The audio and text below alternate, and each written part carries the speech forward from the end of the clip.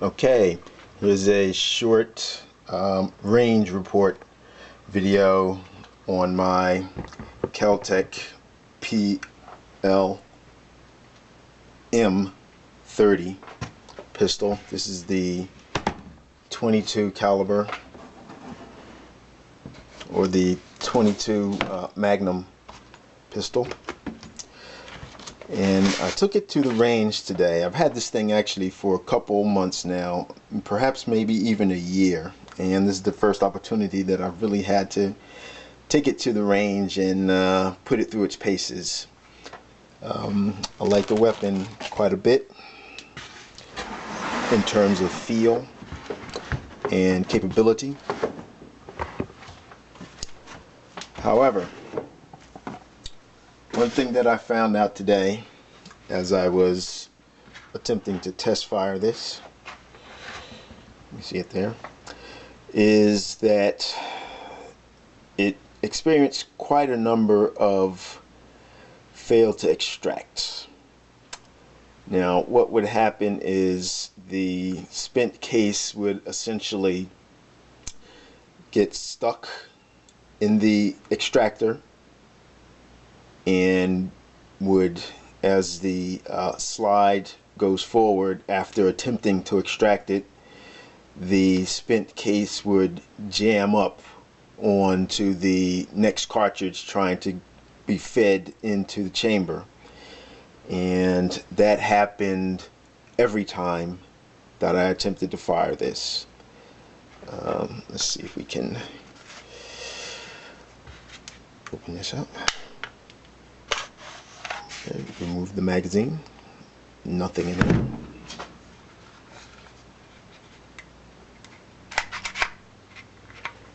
I'm trying to do this.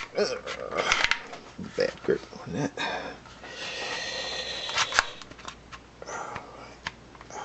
Alright.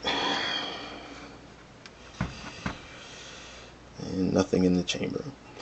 Now when I got home, the one thing I did was read up on any fail to extract problems that other people may have encountered with this particular weapon, and quite a few people did have problems. And the one thing that they suggested was to actually polish inside, I guess at the extractor, and remove some material from in there. Now they just said to polish it, and I believe they were referring to using something like a Dremel tool with the polishing attachment, and basically, and some polishing compound, and basically removing some of the I believe they said parkerization that may have taken place on the mechanisms on the inside there. Now I'm not very, I can't say that I'm not very handy with a Dremel, but the one thing I don't like to do is to manipulate or modify in any way a weapon straight out the box just in order to get it to function properly. So while I really like the weapon, I love the weight of this thing. I mean, this thing is, it's just like air almost. And just using this and firing this, it was almost like just pointing your fingers and shooting right from your finger. I mean, it was dead on accurate. It very little recoil, and just a pleasure to shoot to the extent that I could shoot it. I really just couldn't do it. I was firing one round at a time, and when you go to the range, and the one thing that you don't want to have to do is clear rounds or clear spent casings every shot just in order to get to the next shot. That shouldn't be the case. Unfortunately it was, and while I hope that I will be able to work on this and actually get it to extract, I have to say that I wasn't really pleased about that. I don't know whether or not that's something that's still being encountered by Kel-Tec. or this particular weapon, as they're coming off the assembly lines now. My understanding is that they're still pretty difficult to get, and that's understandable. I mean, I think we all know that Kel-Tec, they're very slow in getting their products out. They have some very good products.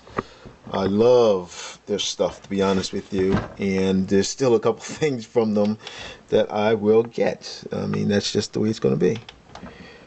But I really did wish that this thing would have performed better for me right out the box. And there you have it. It's 15.2 ounces, and that's with the magazine in place. And it doesn't weigh a heck of a lot more than that once you get the 30 rounds in there. I would imagine that they'll probably add about another 3 ounces to it or so. But yeah, it fits the hand nicely, you know. I really enjoyed, you know, just the feel of it, the weight of it, the design, the potential of it. And I guess I'll just have to see. But in any case, I said this was going to be short, so I think I've spoken enough. All right, and I think I misspoke again. I think this is actually the PMR-30 as opposed to, I think I said PLR-30 or something like that. Yeah, this is PMR-30. But in any case, that's all for now. Thanks for watching. Bye-bye.